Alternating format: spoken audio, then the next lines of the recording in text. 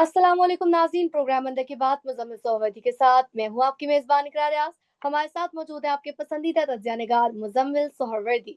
अस्सलाम वालेकुम, welcome to the show sir, क्या हाल है आपके? वालेकुम सलाम। बिल्कुल ठीक। आप सुनाएं, कैसी तबीयत है आपकी? मैं ठीक हूँ, अल्लाह पाक का शुक्र है। सर, सबसे पहले एक ख़त का ज़िक्र करेंगे। 4 सुप्रीम कोर्ट के जजेस की जानिब से चीफ जस्टिस ऑफ पाकिस्तान को खत लिखा गया है और सर उसमें एक काफ़ी इस्तदा की गई है, फिर फुल कोर्ट का ज़िक्र किया गया है, फिर एक मशकूक तबादले का भी ज़िक्र किया गया है। इस पर भी बात करेंगे, सबसे पहले आप इसको कैसे सम अप करेंगे? देखें, ये वो कहते थे ना, एक है कि पहले ये 8 थे हुँ, जज, अब रह हुँ, गए हैं 4। हुँ, इसका मतलब 4 तो इनमें से इनका साथ इस खत में छोड़ गए हैं। पहले ये हुँ, 8 जजों का ग्रुप था जो इकट्ठी वज़ाहत जारी करते थे, इकट्ठा सारा कुछ करते थे।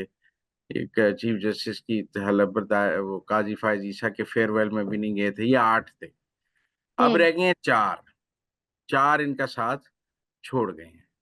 हुँ, अब ये 4, जिनमें मुनीब अख्तर, आयशा, अतर मनल्ला और मंसूर अली शाह हैं, और हुँ, बाकी इनका साथ छोड़ गए हैं। अब ये 4 जजेस ने खत लिखा है, इसमें 2 इन्होंने उसके की हैं बातें। एक इन्होंने कहा है कि सिंपल के सुप्रीम कोर्ट में जज देखिए ना, अब कल लाहौर हाई कोर्ट के जजेस तैनात हुए हैं। हुँ, उसमें मंसूर अली शाह साहब बैठे हुए थे। हुँ, उन्होंने उस जुडिशियल कमीशन का बायकॉट तो नहीं किया, वो नहीं किया। उसमें बैठे हुए थे।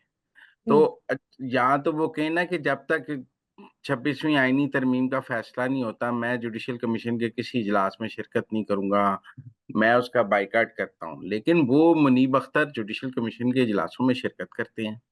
वहाँ जजेस की तैनातियों पर, जैसे Lahore high court, Islamabad high court, बाकी जगह जो जजेस तैनात हुए हैं, उसमें वोट डालते हैं, अपने कैंडिडेट्स के नाम पुट भी करते हैं। मंसूर अली शाह साहब ने लाहौर हाई कोर्ट के लिए भी नाम दिए, बलूचिस्तान हाई कोर्ट के लिए भी नाम दिए, इस्लामाबाद हाई कोर्ट के लिए भी नाम दिए, सिंध हाई कोर्ट के लिए भी नाम दिए। तो हर जगह उन्होंने अपने नाम भी दिए हैं। एक जगह मंसूर अली शाह साहब का कोई एक बंदे को वोट डले भी हैं। बाकियों के बारे में उन्होंने अदालत में गिला किया कि हमारे कैंडिडेट को कोई वोट नहीं डालता और वो अकेला हम ही रह जाते हैं, लेकिन वो कैंडिडेट्स पुट करती हैं। वो जजेस की तैनाती के अमल में मुकम्मल तौर पे शरीक होते हैं, उसका हिस्सा बनते हैं, हक में और खिलाफ अपने वोट का इज़हार करते हैं जुडिशियल कमीशन में, उसकी कार्रवाई में शरीक होते हैं, तो वो उसको कबूल करते हैं जजेस की तैनातियाँ जो हो रही हैं, जब वो उस अमल में शरीक हैं। अब सूरत-ए-हाल ये है कि जो उन्होंने पहला जो एतराज़ उठाया है, वो इस्लामाबाद हाई कोर्ट के में सरफराज डोगर साहब की ट्रांसफ़र पर उठाया है। सरफराज डोगर साहब जो हैं, वो 15वें नंबर पे थे लाहौर हाई कोर्ट में, हुँ, और जब वो इस्लामाबाद हाई कोर्ट आए, तो दूसरे नंबर पर आ गए। उन्होंने कहा जी कि एक जज 15वें से दूसरे नंबर पर कैसे आ गया? सरफराज डोगर साहब जज बने हैं जून 2015 में, हुँ, और इस्लामाबाद हाई कोर्ट के जो सीनियर मोस्ट जज थे, मोहसिन कियानी साहब, वो जज बने हैं दिसंबर 2015 में। लिहाजा जब वो इस्लामाबाद आए, तो वो सीनियर मोस्ट हो गए, क्योंकि सीनियरिटी तो आपके जज तैनात होने की डेट से चलनी है। अब लाहौर हाई कोर्ट में ज़्यादा पुराने जजेस की तादाद ज़्यादा है और इस्लामाबाद हाई कोर्ट में पुराने जजेस की तादाद कम है। लिहाजा वहाँ 2015 वाले जजेस सीनियर मोस्ट हैं, लाहौर हाई कोर्ट में सीनियर मोस्ट नहीं है, वहाँ इससे पुराने जजेस मौजूद हैं 2010, 2012 के। हुँ, वो कोई मेरा मतलब है कि किसी ने घपला करके उनको सीनियर मोस्ट नहीं कर दिया। वो मोहसिन कियानी साहब से 6 माह पहले जज बने लाहौर हाई कोर्ट के। जब वो इस्लामाबाद हाई कोर्ट आए, तो उनकी जो जज बनने की डेट है, वो तो वही रहेगी। ये तो ऐसे ही है जैसे एक सेशन जज कभी लगा हुआ है टोबा टेक सिंह, वहां से वो लाहौर चला जाएगा, तो उसकी जज सीनियरिटी तो खत्म नहीं हो जाएगी। वो उसकी सीनियरिटी वही रहेगी, उसके तबादला आपकी सीनियरिटी तो खत्म नहीं करता। तबादला तो आपकी सीनियरिटी कायम रखता है, रोज तबादले होते हैं एक जगह से दूसरी जगह। हुँ, अब सूरत-ए-हाल ये है कि वो चूँकि अगर मोहसिन कियानी साहब 2012 में जज बने हों, तो फिर तो सरफराज डोगर साहब उनसे जूनियर ही होंगे। लेकिन हुँ, अगर वो अब सरफराज डोगर साहब के बाद जज बने हैं, तो वो सरफराज डोगर साहब से सीनियर कैसे हो जाएँगे? मुझे तो ये बात समझ नहीं आ रही। कि वो तो सरफराज डोगर साहब से जूनियर ही होंगे ना, जब वो उनके बाद जज बने हैं, 6 महीने बाद जज बने हैं, तो सीनियरिटी कैसे हो जाएगी। बाकी जहां तक जजेस के तबादले का है, मैंने तो पहले भी, जज का तबादला कोई आदमी भी अकेला नहीं कर सकता। पहले एक हाई कोर्ट का जज मानेगा, फिर जिस हाई कोर्ट में आना है वो मानेगा, फिर चीफ जस्टिस मानेगा, फिर एक अमल मुकम्मल होता है। और आप ये देखें कि ये जो तबादले हुए हैं, इनमें तो 5 चीफ जस्टिस शरीक रहे हैं। बलूचिस्तान हाई कोर्ट से जो जज आए उसमें बलूचिस्तान हाई कोर्ट के चीफ जस्टिस और इस्लामाबाद हाई कोर्ट, सिंध से जो आए उसमें सिंध का चीफ जस्टिस, लाहौर से जो आए उसमें लाहौर का चीफ जस्टिस, सब इस्लामाबाद आए, इस्लामाबाद का चीफ जस्टिस, 4 हाई कोर्ट्स के चीफ जस्टिस हो गए, और फिर सुप्रीम कोर्ट के चीफ जस्टिस, 5 चीफ जस्टिस बने। तो ये तबादले हुए, ये कोई रातों रात तो नहीं हुए। तो इसलिए मेरे ख्याल में ये जो 4 जज हैं, ये सियासी, मैंने पहले भी कहा सियासी खत। देखिए, अगर ये समझते हैं कि ये इनका मौकफ दुरुस्त है, तो ये अपना एक वकील करें हामिद खान को और अदालत में पिटीशन दायर कर दें। खत तो कोई पिटीशन नहीं है जिस पर कोई फैसला हो सके। अब वो ये चाह रहे हैं कि सुप्रीम कोर्ट में नए जजेस की तैनाती जो 10 तारीख को होनी है वो रोक दी जाए, क्योंकि उनको डर है कि अब सुप्रीम कोर्ट में नए जजेस आ गए तो फिर इनकी जो सुप्रीम कोर्ट में हेजमनी है वो खत्म हो जाएगी। अब सुप्रीम कोर्ट में जो नए जजेस आने हैं उनका 10 तारीख को इजलास है। ये दुरुस्त है कि सरफराज डोगर साहब उसके लिए अहल हो गए हैं, क्योंकि हर हाई कोर्ट के टॉप 5 जजेस जो हैं वो सुप्रीम कोर्ट में एलिवेशन के लिए अहल हैं। अब माजी में तो 5 से भी नीचे जाके आप सुप्रीम कोर्ट के जज लाते रहे हैं। ये जो जस्टिस आयशा ने खत लिखा है, ये जूनियर होके वो सीनियर प्रमोट नहीं हुई। क्या ये उस वक्त लाहौर हाई कोर्ट की सीनियर मोस्ट जज थी जब ये प्रमोट हुई? ये कितने नंबर पर थी जब ये सुप्रीम कोर्ट में प्रमोट हुई? तो उस वक्त तो मंसूर अली शाह और अतर मनीला ने खत नहीं लिखा कि आप जस्टिस आयशा बहुत जूनियर हैं और आप उनको क्यों जूनियर होकर सुप्रीम कोर्ट में प्रमोट कर रहे हैं। तो सर यहाँ पर एक माजी में तो जूनियर जजेस सुप्रीम कोर्ट में प्रमोट होते रहे हैं। अब तो फिर फर्स्ट 5 का आपने लिख दिया है कि पहले 5 में से एक होना चाहिए। पहले तो पहले 5 का भी नहीं था, आप 7वें नंबर वाले को भी लाते रहे। सर यहाँ पर एक और सवाल आपसे करना चाहूंगी। आपको क्या लगता है कि जो आईनी बेंच है वो फुल कोर्ट बनाने की समाअत पर जो दरख्वास्त है उस पर कब तक फैसला कर लेगा? ये फैसला क्यों नहीं हो पा रहा है? इस खत में भी उस पर जिक्र किया गया है। फिर उसके बाद ये भी कहा गया है कि जो 10 फरवरी को जो जुडिशल कमीशन का इजलास होना उसको मौखर किया जाए। तो इस पर भी जरा रोशनी डालिएगा। देखिए, फुल कोर्ट का इजलास के बारे में आईनी बेंच फैसला दे चुका है। जब एक फुल कोर्ट की समाअत में अमीनुद्दीन साहब ने कहा कि अब आइन में फुल कोर्ट का कोई तस्वर नहीं रहा। अब सुप्रीम कोर्ट में एक आईनी बेंच है और बाकी रेगुलर बेंचेस हैं। आपको फुल कोर्ट बनाने के लिए तो दोनों बेंचेस को इकट्ठा करना पड़ेगा ना, आईनी बेंच को भी और आम बेंचेस को भी, जिसकी तो आइन में कोई गुंजाइश मौजूद ही नहीं है 26वीं आईनी तरमीम में। आईनी मामलात आईनी बेंच ने देखने हैं और जो दूसरी पिटिशन है, रेगुलर अपील्स हैं, वो दूसरे बेंचेस ने देखनी है। ये लोग ये कह रहे हैं कि अब आप सारे सुप्रीम कोर्ट के जजेस पर मुश्तमिल एक फुल कोर्ट बनाएं।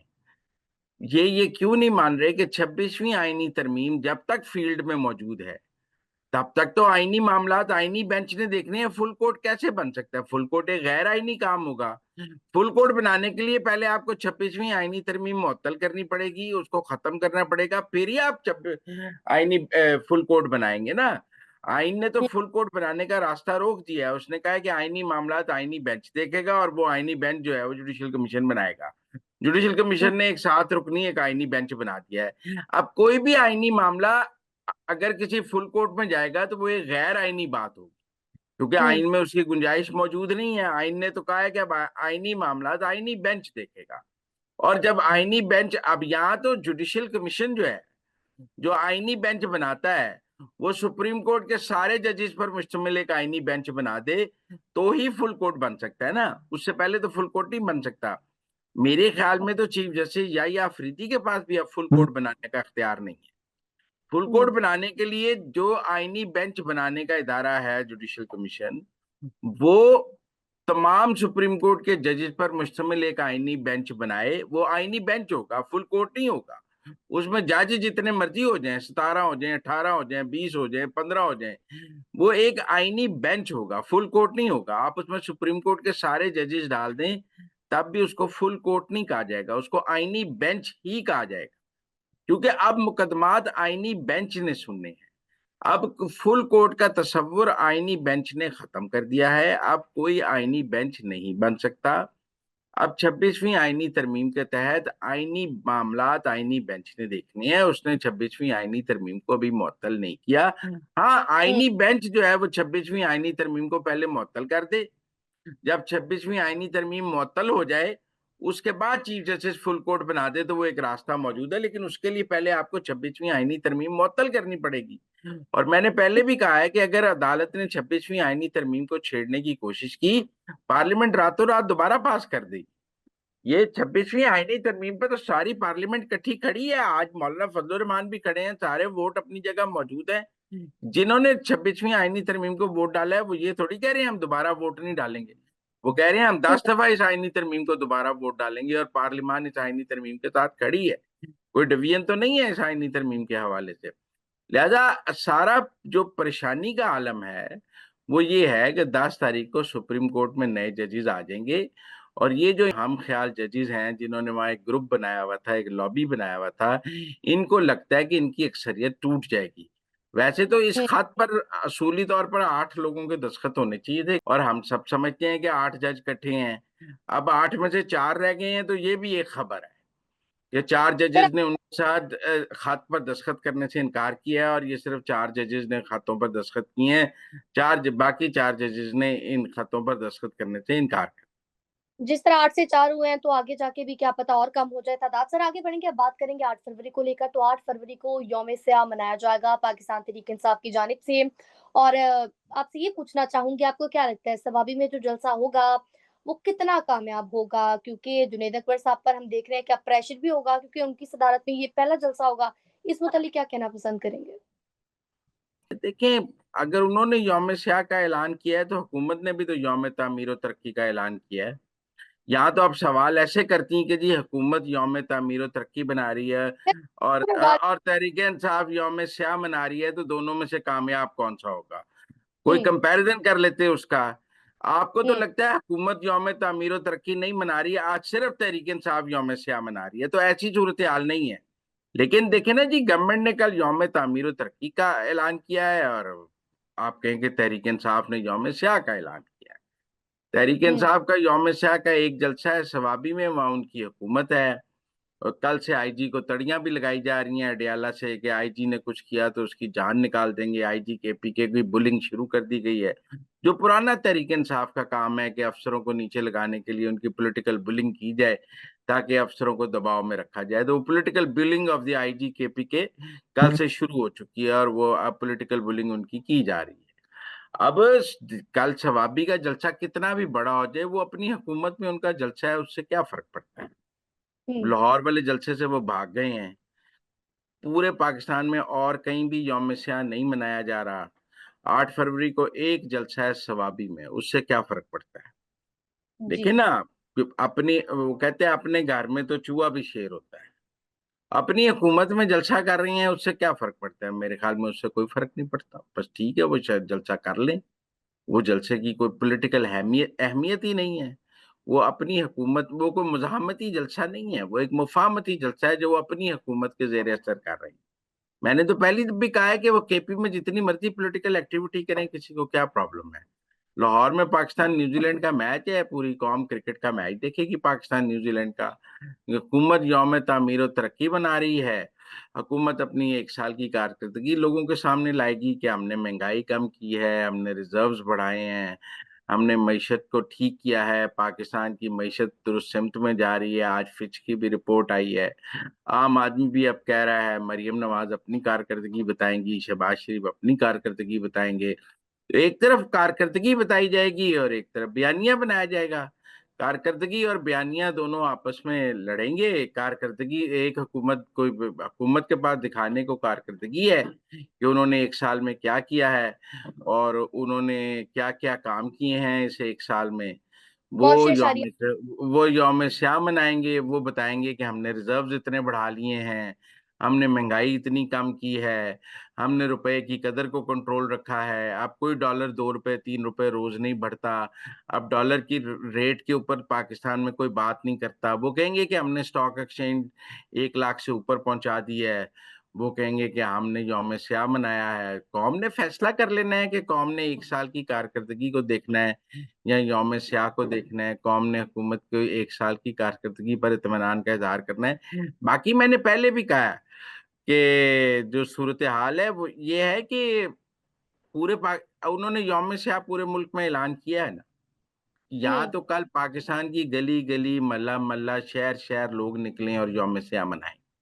हुँ, हम कहें जी कि फैसलाबाद में लोग खुद ही निकले हैं।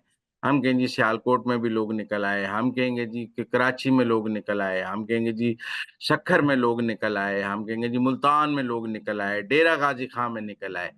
अगर कहीं भी लोगों ने नहीं निकलना और लोग अपने घरों में यौम तामीर और तरक्की मनाएंगे, तो फिर यौम स्याह कहाँ नजर आएगा पूरे मुल्क में? यौम देखिए, कहीं यौम स्याह पीटीआई ने नहीं मनाना।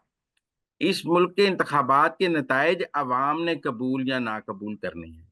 अगर अवाम ये समझती है कि उसको नताइज कबूल नहीं, तो अवाम यकीनन सड़कों पे आ जाएगी। लेकिन ना जी, पंजाब के इंतखाबात पर जो भी 20 के करीब सिर्फ इन ट्रिब्यूनल में दरखास्तें दी पीटीआई ने, और उनमें से भी अक्सरियत मुस्तरद हो चुकी हैं। ये कहते हैं कि जी 17 सीटें थी नून लीग की, तो भैया आप बाकी सारी सीटों पे ट्रिब्यूनल में दरखास्तें देते ना। आपने तो सिर्फ 20 दरखास्तें दी हैं।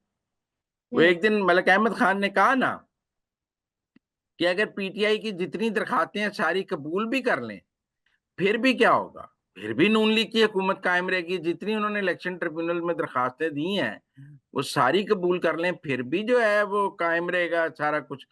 तो मेरे ख्याल में ज़्यादा कल यौम तामीर और तरक्की मनाया जाएगा। पाकिस्तान की अवाम हुकूमत की कारकर्दगी से काफ़ी हद तक मुतमईन है, और वो इस लड़ाई जलाओ घिराओ की सियासत से तंग आ गए हैं। इसीलिए अब लोग सड़कों पे उस तरह नहीं निकलते। पीटीआई को जबरदस्ती लोगों को निकालना पड़ता है। जहां उनके पास हुकूमत है वहां वो लोगों को जबरदस्ती निकाल लेते हैं। जहां हुकूमत नहीं है वहां लोग नहीं निकलते हैं। बाकी जहां तक ये कि जी लाहौर जलसे की इजाजत नहीं दी। लाहौर में मैच था, इंटरनेशनल टीमें आई हुई थी, चैंपियंस ट्रॉफी शुरू हो चुकी थी। तो ऐसे में कैसे वहां पे जलसे की इजाजत दी जा सकती है? हुकूमत के बाद बहुत वैलिड पॉइंट था इस हवाले। नाज़रीन ये थी आज के अंदर की बातें। आपसे मुलाकात होगी अगले प्रोग्राम में। हमें दीजिए इजाज़त। अल्लाह ने के बाद।